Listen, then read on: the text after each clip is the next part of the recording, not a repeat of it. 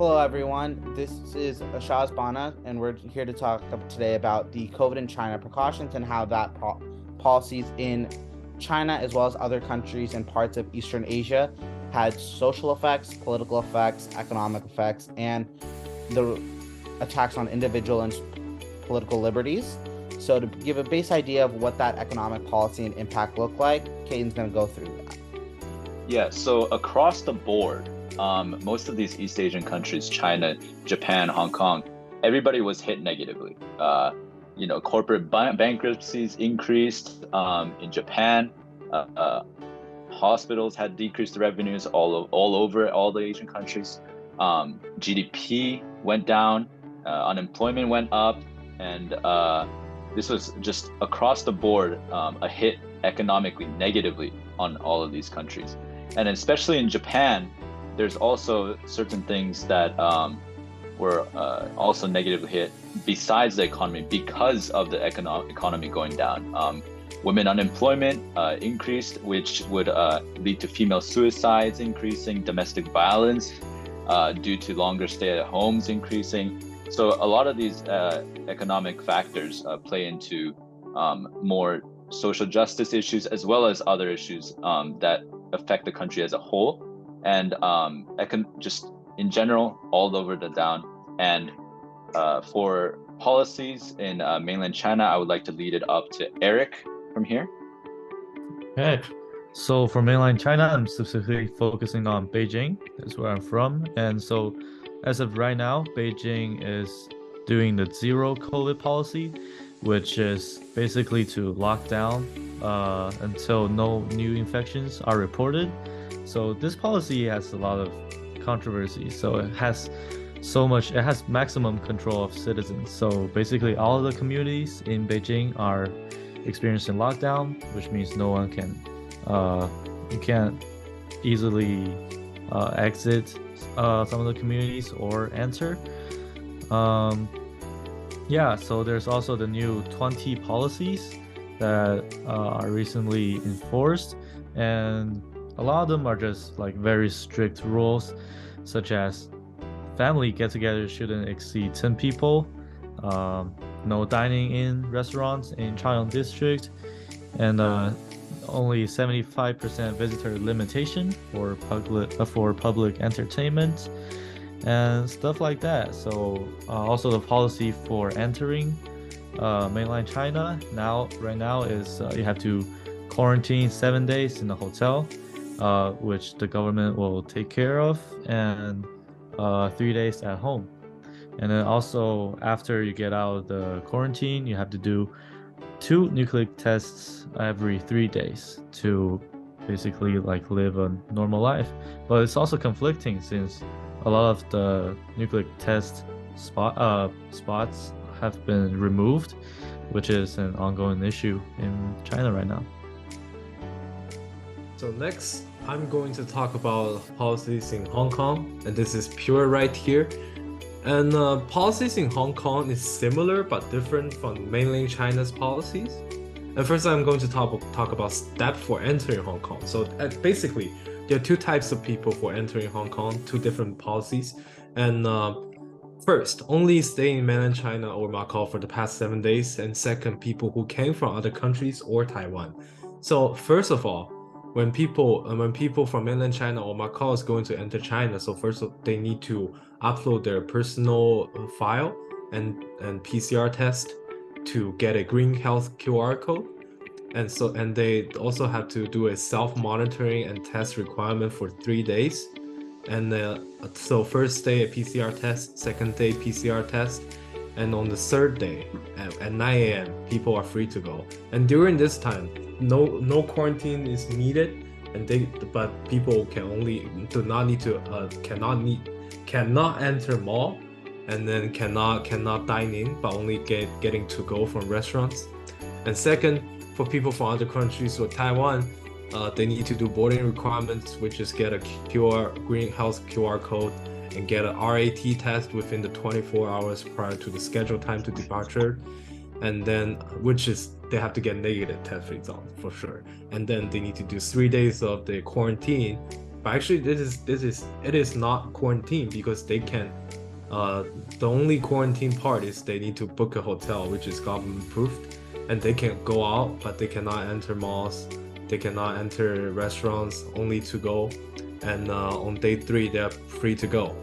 So similar to that. And then for local policies in Hong Kong, there is a suppression lift policy, and currently Hong Kong is hitting the COVID pandemic by the 5th wave, which is December 31st to 2021 to present day. And when Hong Kong society is facing a huge increase of positive cases, the Hong Kong government will suppress the local community, which means shut down entertaining areas such as KTVs, bars, and other public places such as mall, and make only to-go restaurants after 6 p.m. every day. And when Hong Kong society is having their positive cases decreased, they will lift the local society, community, and reopen all those shut down places. Okay, for Japan's policies, current situation, the visa-free tourism resumed in October 11th, 2022. So very recent, anybody can come in and go out. In Japan, there used to be a lot of documentation, other, extra stuff that you had to do upon arrival in the country. But a lot of these things were removed. Documentation is not needed. PCR test proof is not needed prior to getting into the country. And the download of several smartphone applications like MySOS and Cocoa are not needed anymore as of, I think, 2 weeks ago, actually. And there's still health screening procedures that you have to do within entry.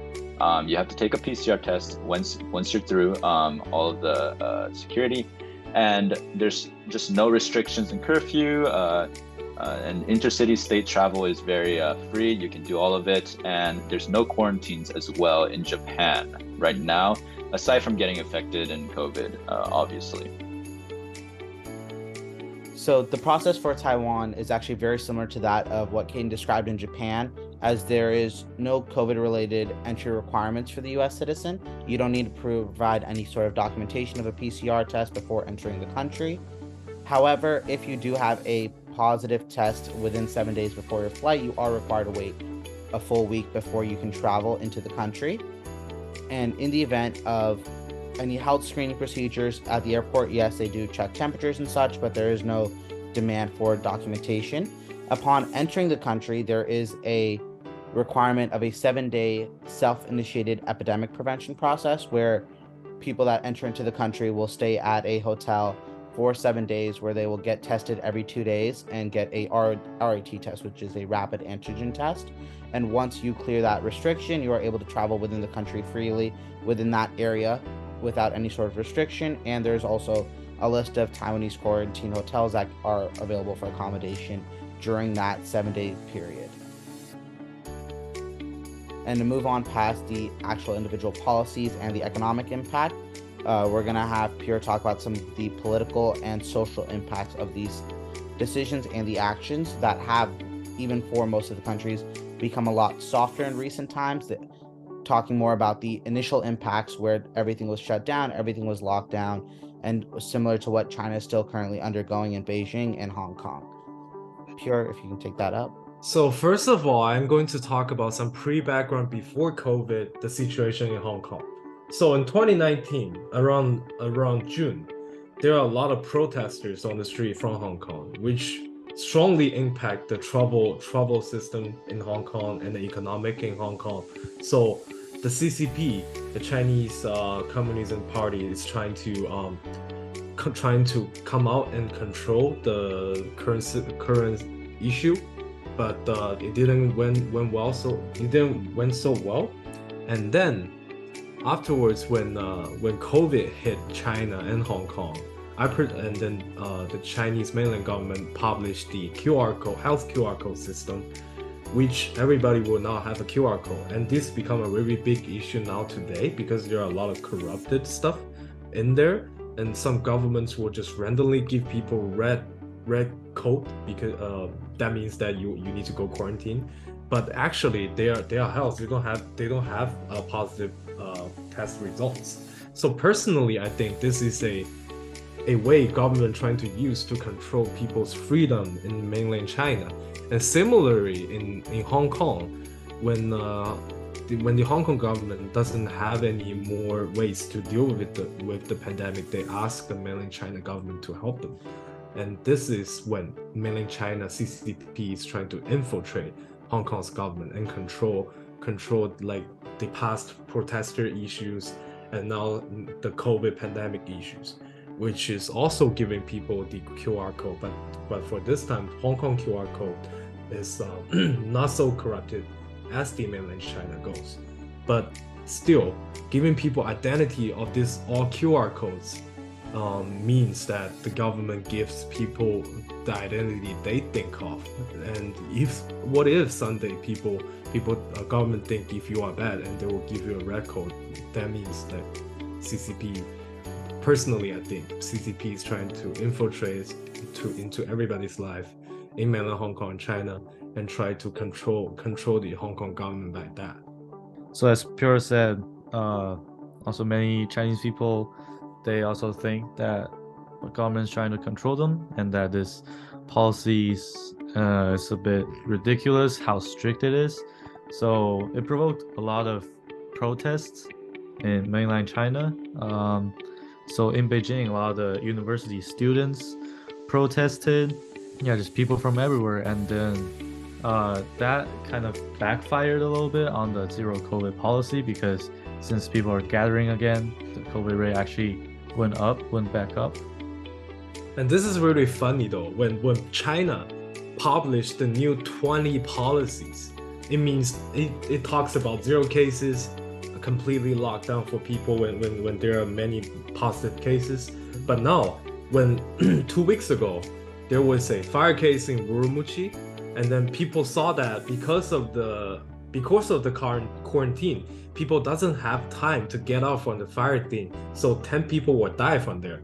This rise people's anger, and people already have a lot of pressure in their mind, and then this is just like a fire lighter to get everybody angry. And there's a lot of protesters talk about this, and then they wanted freedom. And now China is having a lot of cities in China, including my hometown, they are now going to a new way for facing COVID pandemic, which is you don't need PCR tests anymore. You don't need to get all these size quarantines. And this is I feel like this is really interesting and really funny, because the new 20 policy is just published last month, but the government changed their mind right now. I think it's interesting that, I mean, China, of course, you guys just briefly touched on the zero COVID policy, but Japan being a country that handled COVID the worst, I think, out of all these East Asian countries, they already went no quarantines, no COVID PCR tests available or needed, like what, at the beginning of this year at least. And I'm wondering, is this like a valid thing that China could have done as a government? Is China safe as a COVID environment right at the beginning of 2022? So at the beginning of 2022, which is when the policies is still going on, which is very safe right now. But yeah, recent days, like in the past 2 weeks, China is trying to pick some cities to do experimental things, which is opening them up. So people don't need to travel to other cities with their PCR test, and don't need to get PCR test when for like 3 days to test policy, which means that you have to get two tests in 3 days. A lot of cities are canceling that, and now 2 of the cities I know is Shijiazhuang and my hometown, Canton, Guangzhou, is doing that, because all of these cities, they were having a huge impact from COVID pandemic.